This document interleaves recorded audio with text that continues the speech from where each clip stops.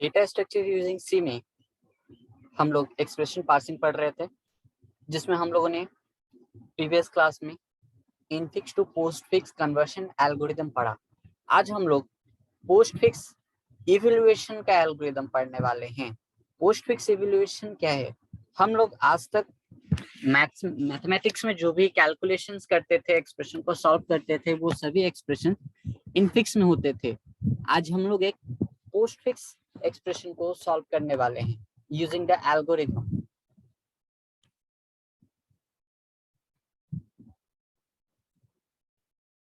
इस एल्गोरिथम में हम लोग स्टैक यूज करने वाले हैं।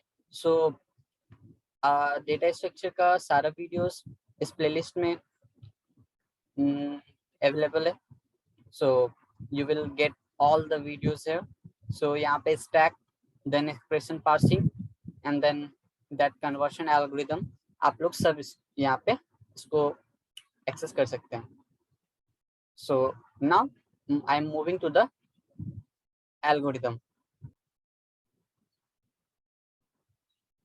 पोस्टफिक्स इवैल्यूएशन एल्गोरिथम, इस एल्गोरिथम में भी हम लोग स्टैक यूज करने वाले हैं।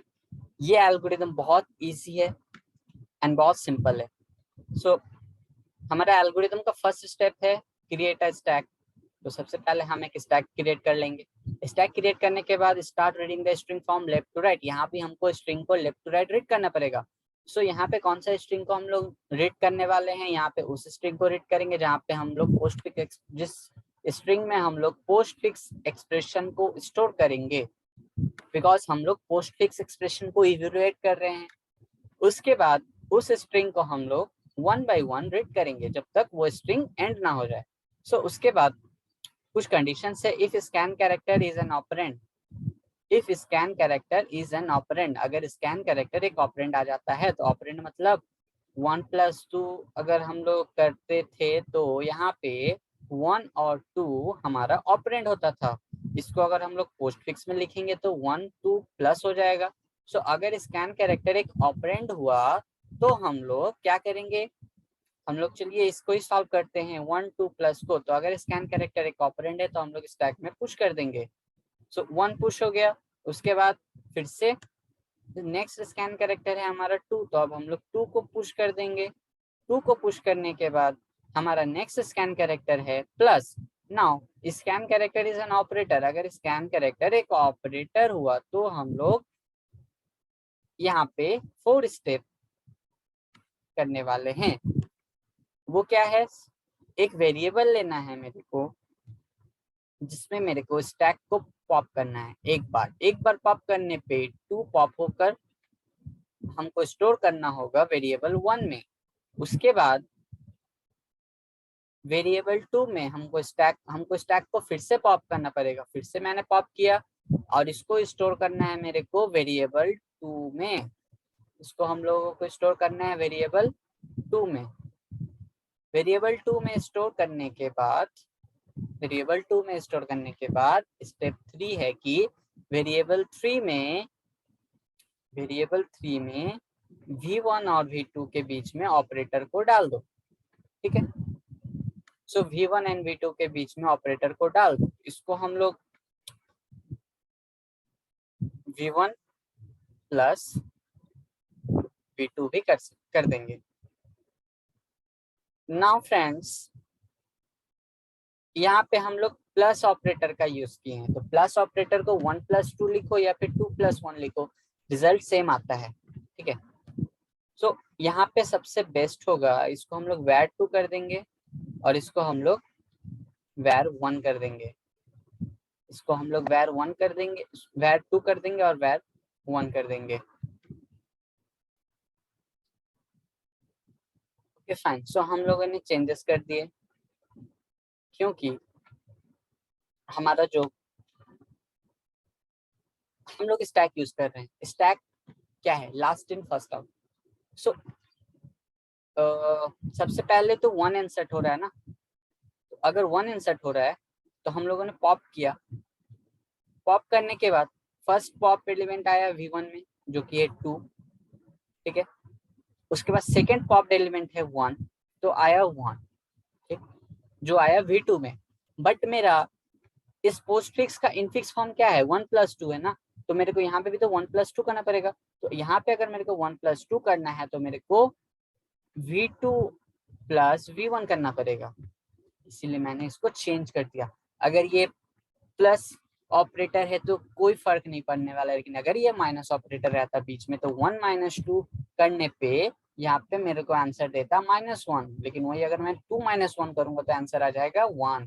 So that's a problem, so that's why हम लोग V2 ऑपरेटर V1 करेंगे। उसके बाद इसको सॉल्व करेंगे, सॉल्व करने के बाद इसको सॉल्व किए तो आएगा V2 में है 1, V1 में है 2, 1 + 2 हो गया हमारा 3। 3 होने के बाद हमारा फोर्थ स्टेप है कि push var 3 into the stack. अब var 3 में है 3, अब हम 3 को स्टैक में पुश कर देंगे। पुश करने के बाद स्ट्रिंग खत्म हो जाएगा, स्ट्रिंग खत्म हो जाएगा तो पॉप करेंगे स्टैक को, स्टैक को पॉप करने पे सिंगल रिजल्ट आएगा जो है 3, और यही हमारा हो जाएगा आंसर।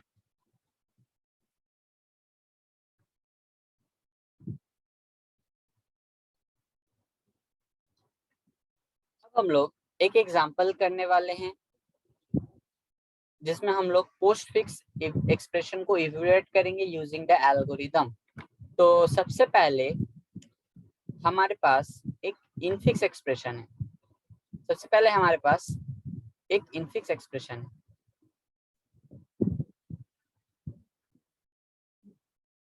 वो इनफिक्स एक्सप्रेशन है a + b + c * d / e, जो हम लोगों ने प्रीवियस वीडियो में इसका पोस्टफिक्स एक्सप्रेशन निकाला था, a b c + d * e /+। सो ये हम लोगों ने प्रीवियस क्लास में इसको हम लोग कर दिए थे। अब हम लोग क्या करेंगे, इसको इवैल्यूएट करेंगे। तो हम लोग इवैल्यूएट करने के लिए तो हम लोगों को एक वैल्यू लगेगा, तो हम लोग सबसे पहले सारे वेरिएबल्स को एक वैल्यू असाइन कर दिए, a = b, b = 2, c = 3, d = 4, e = 5। Now हम लोग पहले इनफिक्स एक्सप्रेशन को इवैल्यूएट कर लिए, तो एक के जगह सब जितने भी वेरिएबल्स थे सबके जगह हम लोग उसका कॉरस्पॉन्डिंग वैल्यू को इंसर्ट करने के बाद हमारा जो आंसर आया वो आया है 5। सो दिस पोस्टफिक्स एक्सप्रेशन, ये जो है इसका भी जो आंसर आना चाहिए वो भी आना चाहिए 5। सो अब हम लोग इसको ही चेक करने वाले हैं। सो सबसे पहले हमारा स्कैन कैरेक्टर,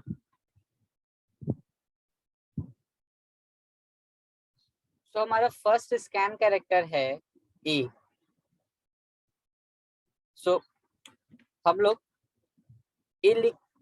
हम लोग डायरेक्ट पहले इसमें वैल्यू इनपुट करते रहे। तो सबसे पहले ए के जगह 1 2 3, उसके बाद +4/5, सॉरी *5 स्लैश एंड प्लस। सो हमारा फर्स्ट स्कैन कैरेक्टर है 1, हमारा फर्स्ट स्कैन कैरेक्टर है 1। सो ये एक ऑपरेंड है, तो according to our algorithm if scan character is an operand then push it into the stack. So हम लोगों ने 1 को स्टैक में पुश कर दिया। उसके बाद हमारा नेक्स्ट स्कैन कैरेक्टर है 2, ये भी एक ऑपरेंड है तो इसको भी हम लोग स्टैक में पुश कर दिए। नेक्स्ट स्कैन कैरेक्टर है 3, it is also an operand, so इसको अभी हम लोगों ने स्टैक में पुश कर दिया। उसके बाद हमारा नेक्स्ट स्कैन कैरेक्टर है प्लस। प्लस एक ऑपरेटर है, अगर प्लस ऑपरेटर है तो हमारा एल्गोरिथम क्या कहता है, स्टैक को पॉप करो, उसको वेरिएबल 1 में स्टोर करो, फिर से स्टैक को पॉप करो, उसको वेरिएबल 2 में स्टोर करो। तो सबसे पहले हम ये दो ऑपरेशंस करते हैं।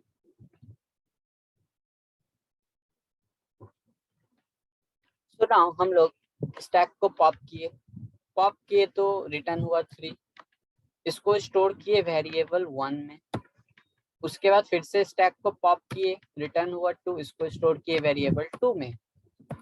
उसके बाद वेरिएबल 3 में हमको var2 ऑपरेटर var वन करना है, var2 ऑपरेटर var1 करना है। सो var2 में कितना था 2, ऑपरेटर मेरा क्या है प्लस, जो कि मेरा स्कैन कैरेक्टर है, और var1 में कितना है, var1 में है मेरा 3। सो 2 + 3 कितने हुए, 2 + 3 हुआ मेरा 5। सो नाउ इतना होने के बाद पुश var3 इनटू स्टैक, तो अब हम लोग var3 का वैल्यू को स्टैक में पुश कर देंगे। सो हमारा यहाँ पे आ गया 5। उसके बाद हमारा नेक्स्ट स्कैन कैरेक्टर है 4। सो नेक्स्ट स्कैन कैरेक्टर है 4, तो इसको हम लोग स्टैक में पुश कर दिए। अब हमारा नेक्स्ट स्कैन कैरेक्टर है asterisk. So it is an operator. So सबसे पहले हम स्टैक को पॉप करेंगे, 4 पॉप होगा, ये जाएगा var1 में, उसके बाद 5 पॉप होकर जाएगा var2 में। अब हम लोग ऑपरेशंस करेंगे इसका। सो 5, उसके बाद ऑपरेटर है मेरा एस्ट्रिक, उसके बाद है var1 4, इसका रिजल्ट आया 20। अब हम लोग 20 को पुश कर देंगे स्टैक में। उसके बाद हमारा नेक्स्ट स्कैन कैरेक्टर है 5। 5 एक ऑपरेंड है, तो हम लोग इसको स्टैक में पुश कर दिए। उसके बाद हमारा नेक्स्ट स्कैन कैरेक्टर है डिवीजन सिंबल। डिवीजन सिंबल एक ऑपरेटर है, तो हम लोग इसको सबसे पहले स्टैक को पॉप करेंगे। स्टैक को पॉप किए, 5 रिटर्न हुआ var2 में, उसके बाद 20 रिटर्न हुआ 5 रिटर्न हुआ var1 में, 20 रिटर्न होगा var2 में। उसके बाद var1 है मेरा 5, var2 है 20, तो var2 ऑपरेटर है मेरा /, तो 20/5, सो 20/5, तो ये आएगा मेरा 4।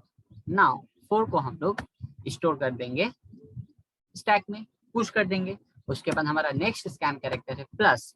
सो प्लस एक ऑपरेटर है, तो हम लोग स्टैक को पॉप करेंगे। स्टैक को पॉप करने के बाद var1 में जाएगा 4, var2 में जाएगा 1, एंड देन 4 + 1 = 5। नाउ 5 को हम लोग स्टैक में पुश कर देंगे।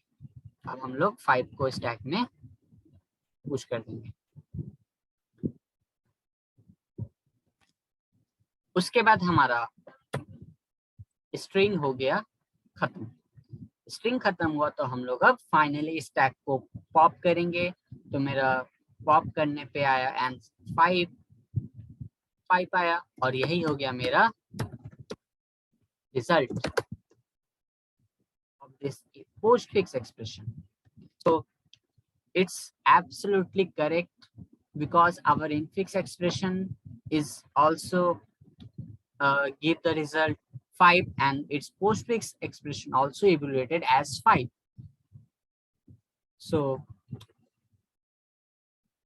read this algorithm very carefully. Check out this playlist for any doubts, and you will understand all these things. Thank you.